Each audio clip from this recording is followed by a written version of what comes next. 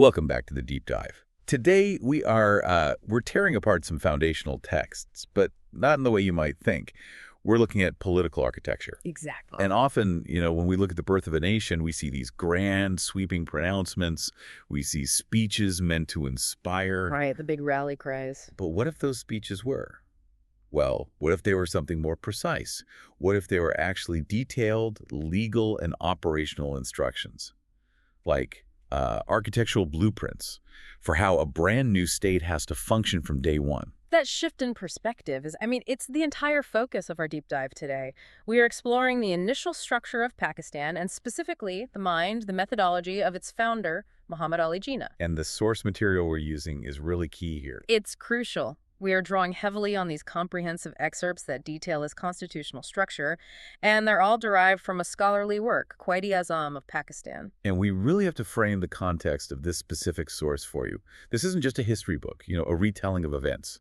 No, not at all. This book, it's authored by Zaheer Ahmad Meer, and it's really an analysis of, governmental engineering. That's a great way to put it. Meer is a constitutional and corporate lawyer, and he's widely seen as this visionary author, a pioneer in articulating a path towards social justice that's rooted in constitutional principles. So he brings a lawyer's eye to it. A lawyer's eye, exactly. Yeah. He treats every major address from Jinnah not as, great oratory, but as codified law just waiting to be implemented. And that's Meer's central argument. It completely challenges this common idea that Pakistan went through some kind of chaotic, legally ambiguous transition period. Right, that they were just sort of making it up as they went along. Exactly. He contends that Jinnah's public addresses were so meticulously constructed, so rooted in legal philosophy, that they served as the actual constitutional framework, not just a precursor to one, which suggests the founding generation.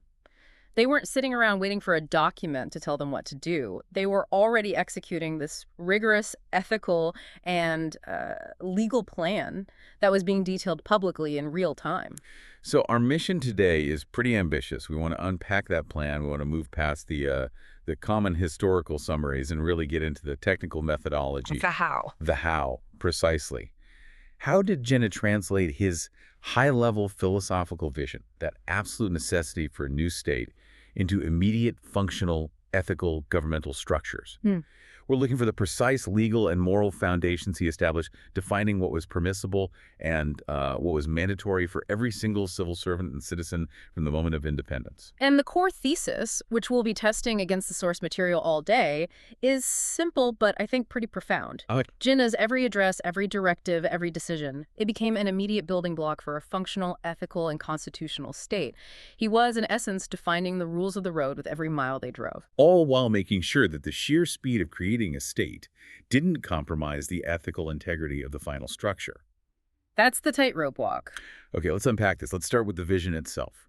When political scientists, try to categorize the creation of Pakistan, they often reach for these familiar labels. They ask, was it strictly secular, like a Western republic? Was it a theocracy, governed directly by religious figures? Right. And our source material, it specifies right away that Jinnah's conceptual framework for Pakistan was actively rejecting both of those extremes. And that rejection is really the starting point for understanding the whole system. The state he envisioned was explicitly defined as neither purely theocratic nor secular in that, typical Western sense. So why? Why reject both? What was the risk he saw in each model? Well, a purely secular system, in his view, it risked severing the state from the moral, the ethical, the spiritual values that were deeply held by the vast majority of its people.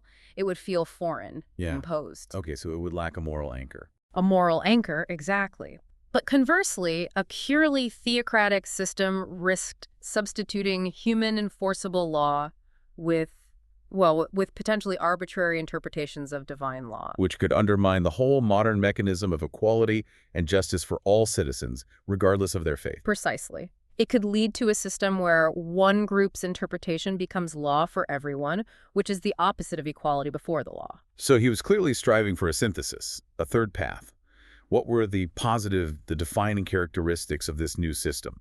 The source calls it a modern Islamic democracy. That term itself needs some careful unpacking. It does. And the source breaks down the positive characteristics into this really tight actionable three-part framework. It was designed for immediate implementation. Okay, what are the three parts? The system was to be, first, guided by morality, second, disciplined by law, and third, driven by equality. Guided, discipline-driven. And the integration of those three is where the uniqueness of the vision really lies. The morality, which was derived from the shared ethical foundation of Islam, was meant to guide the purpose and the direction of the state. So it's the why. Why are we doing this? It's the why. And the law, modern, codified, and enforceable for everyone, provided the discipline, the mechanism for impartial operation, the how.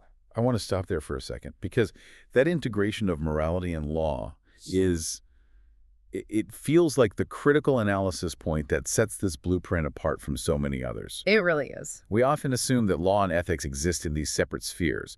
Law is what you must do, ethics is what you should do. But Jinnah seems to be insisting they have to be inextricably linked in governance. How did the vision, plan to achieve this fusion in practice? Well, it was primarily achieved through the directive principle that the enacted laws. Yeah. They had to reflect core societal values, things like fairness, social justice, and protection of minorities. Which are central tenets of the faith. They are. But they also, simultaneously, modern human rights principles. So unlike systems where morality might be, an optional afterthought, here, morality provided the justification for the law's very existence. Can you give us an example of that? Sure. Think about laws against, say, hoarding or black marketing, which were huge problems at the time. They weren't just framed as economic policy. They were framed as moral obligations to the community. Ah, so it's not just illegal, it's wrong. It's fundamentally wrong, and that moral wrongness is then enforced by modern legal statutes. This linkage gave the laws a much deeper societal resonance, a legitimacy that went beyond a simple governmental decree. So the system is trying to create accountability not just to, the political process, but to a higher ethical ideal that's shared by the citizenry. That's the goal. And this leads us directly to the core finding from Meer's research. The Jinnah's public speeches were, functionally, constitutional manifestos. Absolutely. Meer emphasizes that these were precise legal instructions embedded within public speeches. They were meant for the Constituent Assembly, for the civil service, and for the people themselves. There's that powerful quote in the source. There is. Jinnah's speeches were constitutional manifestos. His words were the architecture of Pakistan's moral state. The architecture of the moral state. I love that phrasing. It means the constitutional structure wasn't dreamed up in some secret committee room. No, it was publicly articulated. It set a visible standard of intent from the very moment the state was born. Everyone knew the rules from the beginning. And this public architecture, it included a system of accountability that worked in two directions, which the source calls the dual responsibility. Yes, the dual responsibility is the moral engine he designed to keep integrity across the whole system. The first component is, pretty familiar to democratic states.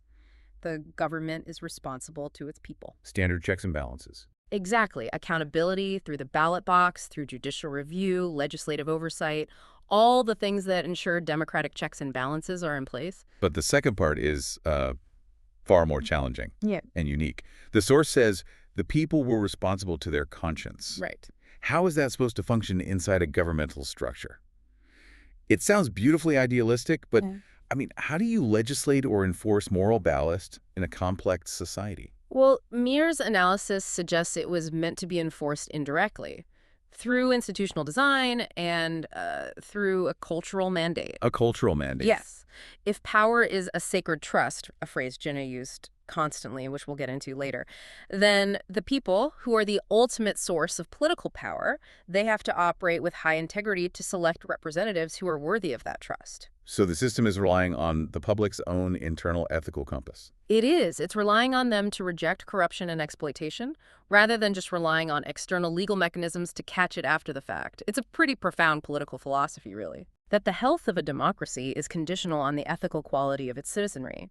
If the people fail their moral duty, say, by enabling corruption or avoiding taxes or exploiting minority groups, then the system, no matter how perfectly it's structured on paper, will eventually rot from the inside out. That puts a huge burden on the governed. It suggests that constitutional efficacy is a shared moral contract, not just a set of government rules. It is a contract. And if the relevance to you, the listener, globally is how systems reflect values, Jinnah's model argues that the system has to reflect the best values, and the people have to actively work to maintain them. Precisely. It sets a prerequisite for the survival of the state. Moral integrity isn't a bonus feature, it's an operational requirement. He established an incredibly high bar for both the governing and the governed, rooted in this idea that moral decay on either side will inevitably, eventually, lead to systemic failure. Okay, let's transition now from the abstract philosophy to the actual legal framework that was meant to define the state's character. Jinnah's perspective on the Constitution was, it was highly evocative. He didn't see it as just a rule book, No, he saw it as the soul of the state. the soul of the state, and that perspective is so vital because it addresses the stability and the permanence of the foundational document. It does. I mean, think about it. If the Constitution is just a rule book, it can be pragmatically altered or discarded or even suspended when it becomes politically difficult. Right, it's just a tool. But if it's the soul, the spiritual and moral essence of the national identity, then attacking the Constitution is seen as attacking the nation itself. It immediately elevates the document above the level of ordinary politics. It gives it a near-sacred status that makes it far, far harder for future power centers to manipulate or ignore. And given that elevated status, Jinnah provided very clear framing directives to the Constituent Assembly, the body charged with actually drafting this soul. And these weren't vague suggestions, were they? Not at all. They were specific, non-negotiable principles. The source outlines the key tenets he mandated: justice, liberty, and equality of status. These are universal principles. They are, but their application within this modern Islamic democracy framework was intended to be thorough and completely non-discriminatory. And crucially, the mandate included repeated, forceful emphasis on the rule of law and equality before law. And the source highlights that repetition. Yes, it was a mantra. Because Jinnah knew, as a lawyer, that without the absolute supremacy of the law, all the other ideals, justice, liberty, they just dissolve into mere aspiration. They become empty words. So the rule of law has to be the operational mechanism. Justice is the goal, but the rule of law is the road that ensures everyone, regardless of their station in life, gets to that goal on an equal footing. Perfectly put. But here is where it gets really interesting and where the sources give us this remarkable insight into Jinnah's actual leadership style. I agree. This is the most fascinating part. We're talking about the founding period, a time of immense refugee movement, territorial disputes, and administrative vacuum. Historically, this is a time that is ripe for emergency law for authoritarianism. The perfect excuse for a dictator to seize power. Exactly. Yet the source highlights Jinnah's constitutional conduct. The fact that early governance remained functional without a formal, written constitution even existing yet. And this is the centerpiece of Meer's argument about Jinnah as a constitutional architect. How did they function lawfully when the foundational law hadn't even been written? Right. The answer lies in that incredible detail from Meer's assertion. Jinnah was not waiting for a written constitution to act constitutionally. He was already living it. But what did living it actually entail, technically? The new state had to conduct trials, raise taxes, regulate commerce. They couldn't just operate in a legal void. So what specific constitutional structures or transitional laws did he immediately subject himself and the new government to? That's the critical detail that's often missed. The new state didn't operate in a void. It immediately adopted and modified the Government of India Act of 1935 as its interim constitution. So they used the pre-existing British framework. They used a modified version of it, yes. And Jinnah, as the Governor-General, did not rule by arbitrary decree. He subjected his own executive power to the established legal framework of that transitional document. And what did that document include? It included a defined structure for cabinet responsibility, for legislative process, and for judicial review. So by immediately adopting and adhering to a pre-existing recognized legal structure, even a temporary one, he was signaling that his authority came from law, not from personal charisma or military might. He was functioning within a constitutional mandate, even as his own constituent assembly was debating what the final document would look like. Exactly. It's a profound act of leadership, voluntarily submitting to legal restraint when he could have justified virtually any action in the name of a national emergency. And the implication, as the source points out, is just staggering. The leader was lawful before the permanent law existed. And it ensured immediate legitimacy and predictability. I mean, imagine the message this sent to the bureaucracy, to the courts, to foreign governments. It provided a bedrock of legal stability during the most vulnerable, chaotic phase of nationhood. This act of living the law defined the state's identity as one governed by principle, not by personality. Absolutely. If the most powerful individual in the state submits to the law, it establishes a non-negotiable legal culture for everyone who follows. It sets the precedent. So this raises an important question then in terms of political philosophy. What does it mean for a leader to embody constitutional principles before the formal documents are even ratified? It suggests that constitutionalism it's fundamentally an ethical commitment first, A belief in the supremacy of principle. and only secondarily a legal mechanism that's written on paper. It establishes the precedent that the leader's authority is conditional. In political science, a transition like this is known as a moment of constitutional choice. Jinnah chose constitutional restraint. Instead of constitutional opportunism. Exactly. He established that the highest office must lead by example, proving that the commitment to justice, liberty, and equality before the law was not just rhetorical, it was operational. And this intentional restraint served as the most powerful check on subsequent executive power. It defined the culture of the state before the rules were even finalized. So the stability and the functionality of the state during those crucial, chaotic first months, it wasn't based on brute executive force or inherited colonial power structures. It was based on a self-imposed ethical adherence to principles that were yet to be fully codified. And that single decision, Meer argues, is foundational strength personified. It's the bedrock. Philosophy is essential, and legal conduct provides the foundation. But, a state can't run on principles alone. It needs tangible, working institutions. The machinery of government. Right. And what I find truly remarkable, based on the sources, is the speed and the intentionality with which Jinnah moved. Within just 1 year, he had translated his philosophy into 4 fundamental, non-negotiable working structures. Establishing immediate sovereignty. It's incredible. Yeah. And that speed, it just confirms the thesis that his speeches were literal blueprints. He wasn't procrastinating. He was executing a plan that was already fully formed in his mind. And these 4 pillars are the operational machinery. They're the immediate anchors that tethered the new state to its ethical and legal foundations, ensuring that independence was functional, not just, a symbolic flag-raising ceremony. Okay, let's look at Pillar 1, the State Bank of Pakistan. Why was establishing financial control so high on the priority list? Why did it warrant such immediate foundational effort? I mean, it wasn't just about printing money, was it? Absolutely not. The state bank was the ultimate declaration of economic sovereignty. You have to remember, at the time of partition, the division of assets, reserves, and liabilities with India was incredibly contentious and fraught with problems. A complete mess. A complete mess. To be truly independent, a country must control its own monetary policy, its currency reserves, and its financial future, period. So establishing the state bank immediately in 1948, it symbolized complete autonomy. It did. But it was more than symbolic. Jinnah used the inauguration of the bank to issue a major policy directive. He stated that the state's economic philosophy must be guided by principles of social justice and fairness, and that it must reject the exploitative models of capitalism. So even the bank had a moral mandate. The first pillar wasn't just a technical mechanism, it was an ethical one from its very inception. It was designed to build an economy that served the people, not just a wealthy elite. So the state bank was the material manifestation of political freedom, and its mission was intertwined with that moral foundation we talked about earlier. It had to be financially efficient and ethically guided. A very difficult balance. Okay, moving to Pillar 2, the civil service. Jinnah clearly redefined this inherited structure, contrasting it sharply with the colonial legacy. He had to. The inherited system, the old Indian Civil Service, or the ICS, it was designed by the British to rule the population, to maintain colonial control. It was an apparatus of power, not service. And it was characterized by enormous social prestige and privilege. Jinnah fundamentally changed the ethical mandate.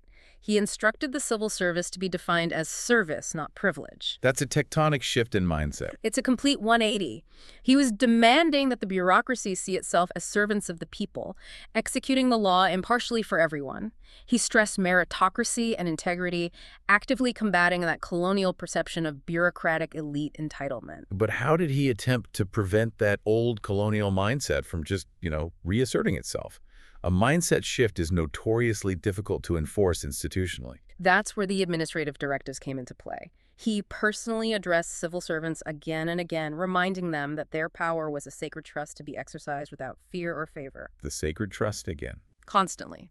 And more practically, the early establishment of specialized training academies emphasized public welfare, ethical conduct, and legal adherence over the maintenance of social hierarchy.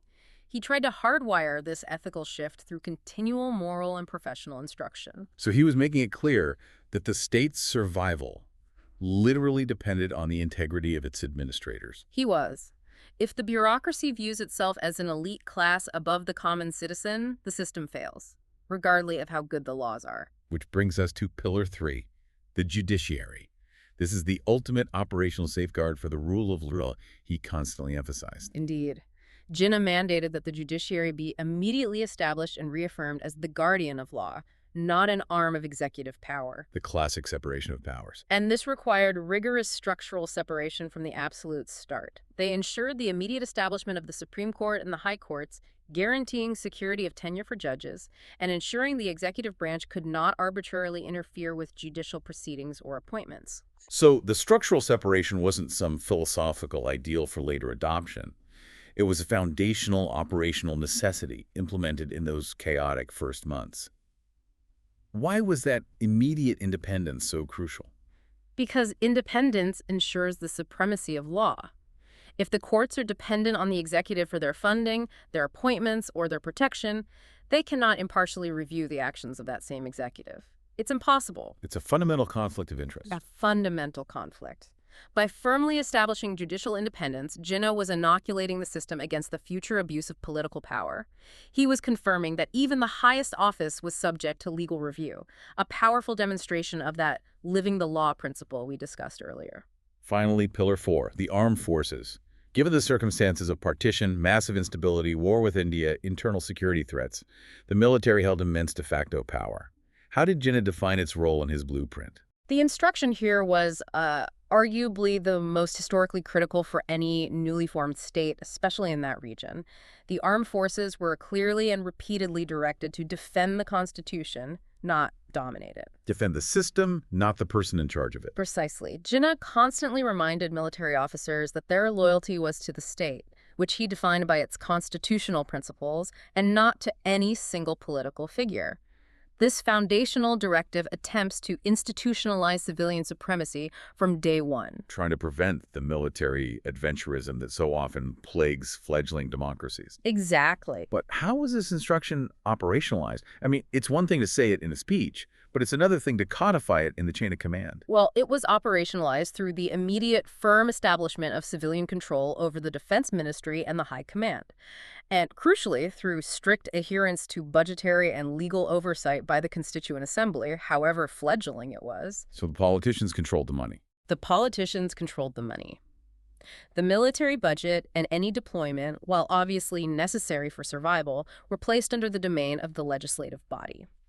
By linking their purpose explicitly to the defense of the constitutional state, the soul, rather than to the political executive, Jinnah set the expectation that the military was a disciplined professional body serving the legal framework, not a political player in its own right. So when you synthesize it, all four pillars, the financial, bureaucratic, judicial, and defense structures, they were all designed to operationalize those core ethical principles: justice, service, and constitutional adherence. They're the mechanisms that make the modern Islamic democracy functional. They are the practical translation of the moral state. The vision lives because it was immediately given structure. And if any of those four pillars fail in their ethical mandate, then the whole thing is at risk. If the bank is corrupt, if the civil service is self-interested, if the courts are subservient, or if the military becomes political, the entire architecture of the moral state collapses. We've established the structure, but now we need to examine the internal culture he mandated within those structures. Jinnah's executive philosophy, it seems, actively fused ethics with efficiency. Yes, and that's a very high bar. It is. He didn't just want a state bank. He wanted an ethical state bank that was also efficiently run. Because efficiency often demands speed and pragmatism, which, can sometimes come at the expense of ethical rigor. Jinnah demanded both. What was his reasoning for that? He argued that efficiency without ethics inevitably leads to exploitation, which he believed was fundamentally unsustainable in the long run. It would rot the society from within. So his administrative philosophy ensured that every policy flowed from a clear moral purpose. He was actively trying to inoculate the nascent administration against the twin diseases of, bureaucratic arrogance and financial corruption. Before they could even take root. That was Yep. the idea. And the source material is fantastic here because it details the specific ethical instructions he gave to three absolute critical sectors of society. This proves his speeches were immediately translated into policy guidelines. Let's start with the civil servants again and really zoom in on that moral code. The directive was crystal clear. Power was a sacred trust.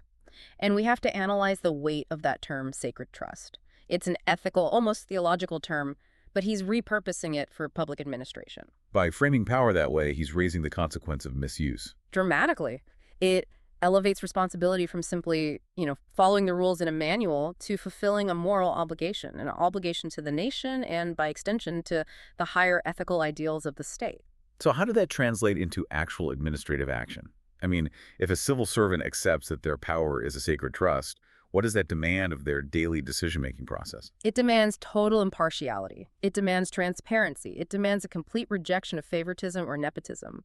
It requires the civil servant to prioritize the public good over any personal or political gain. And were there systems to back that up? Yes, administrative systems were put in place, like anti-corruption inquiries and financial disclosure requirements for officials. These things reinforce the moral imperative, turning the ethical concept into enforceable policy. The message was unmistakable. You are a temporary trustee of the state's resources and authority, and any betrayal of that trust is a profound moral and legal transgression. Okay. Next, he recognized the power of the economic engine. He didn't just address the government, he addressed the private sector directly. He turned his attention to businessmen, urging them to build industry with honesty, not exploitation. And this is a remarkable intervention for a founding head of state. It shows an incredible awareness that the moral health of a nation is not confined to the halls of government. He understood that uncontrolled capitalism, driven solely by profit maximization, could destroy the ethical fabric of the new society just as surely as government corruption could. Right, so he mandated that economic development had to be achieved ethically. It wasn't an option. But again, this is a staggering challenge for a new state that is desperately seeking rapid industrialization and trying to become competitive on the global stage. How did he put guardrails against quick, easy exploitation? Well, the source indicates this was achieved through an immediate legislative focus on things like consumer protection, control of essential commodities to prevent hoarding, and establishing basic labor rights. Things that a purely capitalist system might see as just inhibitions to growth. Exactly, but Jinnah's blueprint saw them as operational requirements for an ethical economy. The system tried to institutionalize the principle that profit must be derived from honest value creation, not from artificially inflated prices or the mistreatment of labor. He created a legal framework that demanded a moral methodology for creating wealth. Finally, he looked to the future. He addressed the youth, the sector that is often most prone to ideological zeal, to passion. And he encouraged them to serve the nation with discipline, not rhetoric. That's a highly pragmatic directive. Extremely. In a newly independent nation, revolutionary passion can easily spill over into anarchy or, just unproductive agitation. Loud slogans, but no actual work gets done. Exactly. Jinnah was channeling that vital energy away from theoretical protest and toward constructive, organized, disciplined nation building. He was instructing the future generation to translate their idealism into tangible, organized effort to study, to work, to serve. Reinforcing the idea that governance is a practical, structured process guided by morality, not just loud speeches or emotional slogans. It's about doing the work. So we can summarize the entire sequence of development into this very intentional process. Jinnah transformed foundational speeches into actionable policies, and those policies solidified into institutions, and all of it was guided by this overriding moral purpose. This wasn't accidental. No, this was the method of institutional design that Meer champions in his book. And what's so fascinating here is that this entire moral framework was a preemptive measure. A vaccine. A vaccine, yes. It was intended to inoculate the new systems against corruption and self-interest before they could metastasize. By setting these exceptionally high ethical expectations for civil servants, for businessmen, and for the next generation, Jinnah was attempting to ensure that the four structural pillars he built would operate permanently within that defined ethical envelope. He wasn't just building institutions. He was installing a permanent moral guidance system. So the ultimate test for any foundational blueprint is its endurance, right? Did the framework Jinnah established prove robust enough to survive the decades of political turbulence, external pressures, and changing social dynamics that followed his death? And the source material offers a nuanced answer to that. Regarding the longevity of Jinnah's initial systems, it notes that the foundational structures he built still hold the framework for national reform today. What does that mean exactly? It means the structural integrity is undeniable. The state bank, the judiciary, the civil service, the command structure of the armed forces, they still function as the primary institutions of the state, largely along the lines he established. The blueprint is still visible. Very visible. If the original architecture had been fundamentally flawed or ill-conceived, the system would have splintered or been replaced entirely. The fact that calls for reform today often revolve around restoring the original principles. Like the independence of the judiciary or the ethical mandate of the civil service. Exactly. That suggests that the blueprint itself remains sound. The architecture is sturdy. It's the adherence to the moral foundation that's become conditional. And this leads directly into the critical consequence described by the author, the conditionality of success. The system works when the ethics are abandoned. Yes, the analysis establishes a very clear cause and effect relationship based on historical observation. When Pakistan's institutions and leaders honor those founding ethics, the concept of power as a sacred trust, the adherence to the rule of law, the focus on social justice, the nation achieves a measure of stability and progress. And the flip side.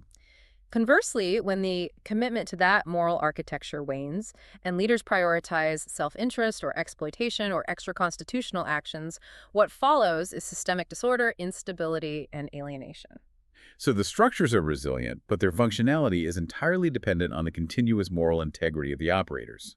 The system either self-corrects or it suffers based on its adherence to its soul. Exactly. It reinforces the central premise that the ethics aren't just decorative language in a preamble, they are operational requirements. Jinnah built a state that, by its very design, punishes ethical failure with systemic instability. The framework requires continuous moral renewal by successive generations of leaders and citizens just to maintain its functionality. Let's bring in Zaheer Ahmad Meer's powerful concluding thought from the book. It synthesizes everything we've discussed, from the vision to the method. He states, "A vision lives only when it finds structure. Jinnah's greatest legacy is not only Pakistan itself, but the method by which he built it through faith, reason, and law." And that word method is what encapsulates the genius of the blueprint. It wasn't about relying on abstract luck or, spontaneous goodwill. It was a disciplined execution strategy. Let's break that down. Faith, reason, and law. The faith provided the ethical grounding and the moral purpose. The why. The reason provided the modern legal and administrative frameworks, the structural mechanisms derived from his constitutional training. The how. And the law. The law provided the supreme discipline that restrained both executive power and individual self-interest. It was the container for everything else. And crucially, that method was deployed immediately. The vision didn't just remain a philosophy waiting for a quiet moment to be implemented. It couldn't. It was deployed simultaneously with the creation of the state. It had to be. In the chaos of 1947, any delay in defining the structure would have allowed vested interests, or just pure anarchy, to fill the void. So Jinnah demonstrated that the most effective way to secure a vision is through the immediate establishment of ethical functioning systems. The system is the vision made real. So what does this entire deep dive mean for us, for you, the listeners? The core lesson here, extracted from Meer's analysis, is that leadership isn't just about articulation, the eloquence of the vision. It's about the immediate ethical institutional construction, the system. You have to build the precise mechanisms that enforce the ideals. And you have to do it quickly, grounding the entire endeavor on a firm moral and legal foundation. It's a timeless lesson in governance, really. Vision without a system is just fleeting rhetoric, and a system without ethics is just oppression. Jinnah's blueprint was this incredible attempt to achieve the ultimate fusion of the two, resulting in a functioning legal state that draws its legitimacy from the shared, defined values of its people. #outcheck. This deep dive into the source material has revealed an extraordinary level of constitutional planning.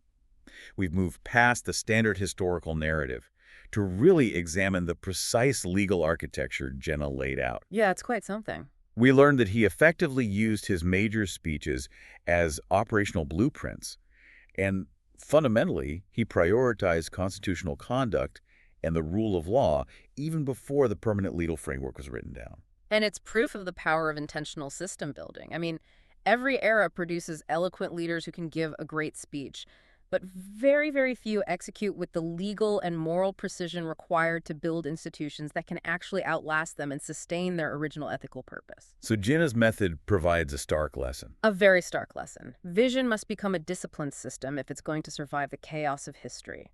The source material, it consistently emphasized that power is a sacred trust, and that business must be conducted with honesty, not exploitation.